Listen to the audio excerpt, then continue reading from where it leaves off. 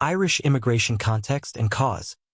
The rapid expansion of English industry relied heavily on the impoverished Irish population, who migrated in large numbers seeking better opportunities. Over 1 million Irish immigrants had already moved to England, with about 50,000 arriving annually, primarily settling in industrial districts and major cities. Demographics and impact. Significant Irish populations were recorded in cities like London, 120,000, Manchester, 40,000, Liverpool, 34,000, Bristol, 24,000, Glasgow, 40,000, and Edinburgh, 29,000. These immigrants, often destitute and lacking education, introduced habits of roughness, intemperance, and improvidence into the English working class. Living conditions. Irish immigrants often lived in extreme poverty, accepting the worst housing and maintaining minimal standards of living. They brought with them habits of filth and lack of cleanliness, leading to unsanitary conditions in the crowded urban areas. Their homes often lacked furniture, with families living in single rooms, perpetuating overcrowded living conditions. Economic effects. The influx of Irish laborers willing to work for minimal wages put downward pressure on the wages of English workers. The Irish occupied many unskilled jobs, such as handweaving, bricklaying, and portering, which required more strength than skill. This competition further depressed wages and degraded the working conditions of the English laborers. Cultural and social influence. The presence of a large Irish population influenced the character and habits of the English working class, contributing to increased levels of filth, drunkenness, and general degradation. The Irish maintained their cultural traits, such as their language and social behaviors, which affected their English counterparts. Notable commentary. Thomas Carlyle's harsh critique of the Irish highlighted the severe societal and economic challenges posed by their immigration. Despite his exaggerated and biased view, Carlyle accurately identified the impact of Irish immigration on English society, particularly the lowering of wages and living standards. Conclusion. The Irish immigration wave had a profound and largely negative effect on the English working class, exacerbating existing social and economic issues through increased competition and the spread of unsanitary living conditions. Results: the working class is subjected to living conditions that lead to premature and unnatural deaths, a form of social murder. Society is aware of the detrimental effects of these conditions but does nothing to improve them. The concentration of population in cities, especially in polluted and poorly ventilated working-class quarters, contributes to the spread of disease. The poor are deprived of basic necessities like clean water and sanitation, further exacerbating health issues. Overcrowded and damp housing, inadequate clothing and food, and constant stress contribute to the physical and mental deterioration of the working class. The only accessible forms of enjoyment for the poor are sex and alcohol, often leading to excessive indulgence. Given these conditions, it is unsurprising that the working class experiences high mortality rates, frequent epidemics, and a decline in overall physical health. The poor living conditions and lifestyle of the working class lead to various diseases, particularly lung diseases like consumption, which are widespread among them. Typhus, another common and deadly disease, is directly linked to the unsanitary and overcrowded housing conditions in working-class areas. The lack of access to medical care and knowledge of preventive measures exacerbates the spread and severity of these diseases. Malnutrition and the consumption of harmful substances like alcohol and opium, particularly among children, cause long-term health issues, including digestive problems and rachitis. The instability of work and the resulting fluctuations in income worsen these health problems as workers and their families experience periods of starvation and deprivation. Intemperance, driven by the harsh realities of working-class life, further deteriorates their health by accelerating the development of lung and digestive diseases and contributing to the spread of typhus. The working class has limited access to health care due to the high cost of medical services, forcing them to rely on ineffective or even harmful quack remedies and patent medicines. The widespread use of Godfrey's cordial, an opiate-laced drink, among working-class mothers to soothe their children leads to severe health consequences and even death. The cumulative effect of these factors is a generally weakened physical and mental state among the working class, resulting in premature aging and early deaths. Mortality rates in the working-class districts of major cities are significantly higher than in rural areas and among the upper classes, with children being particularly vulnerable. While the ruling class is aware of these devastating conditions, their efforts to address them are inadequate and fail to tackle the root causes, leaving them accountable for the social murder of the working class. The working class is deprived of proper education, with the limited available options being of poor quality and focused on religious indoctrination rather than practical skills or knowledge. Despite the efforts of Sunday schools and other institutions, the level of education among the working class remains abysmally low, with many lacking basic literacy and numeracy skills.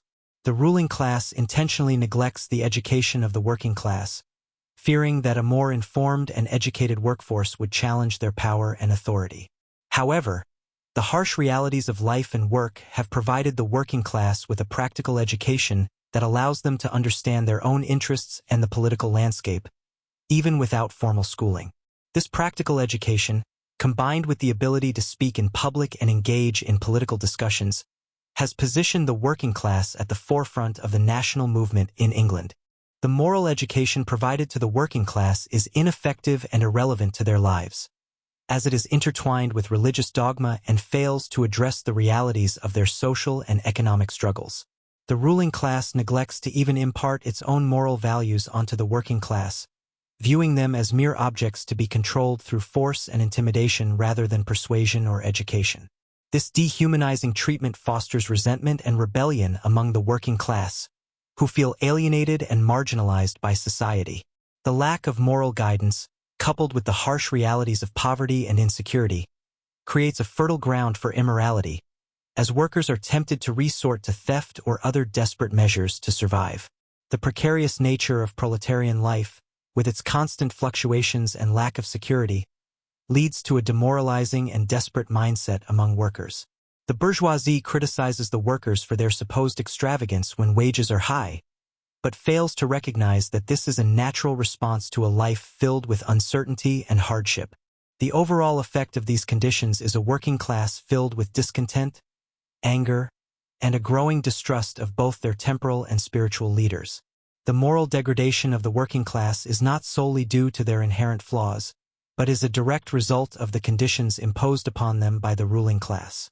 The lack of access to quality education, coupled with the constant exposure to poverty, insecurity, and exploitation, leaves the working class vulnerable to demoralization.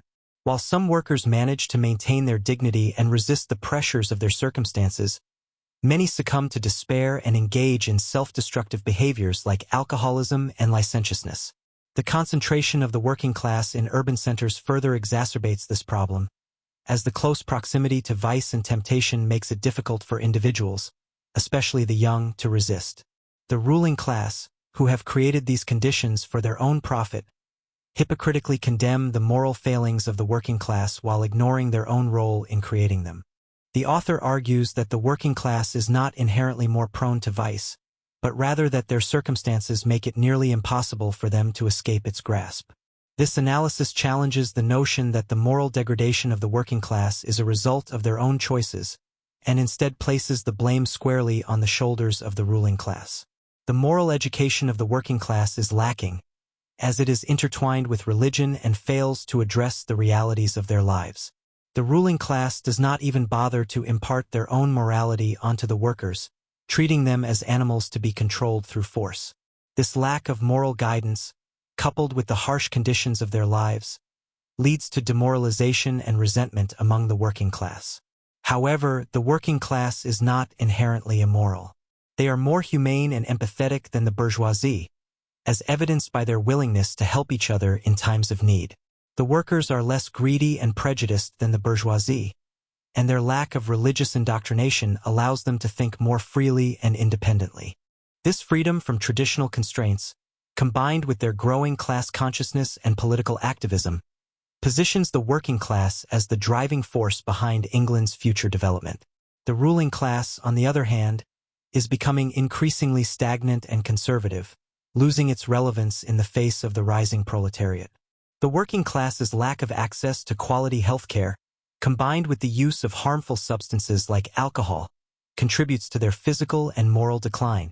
The widespread availability of alcohol, through licensed establishments and illegal outlets, exacerbates the problem of intemperance among the working class.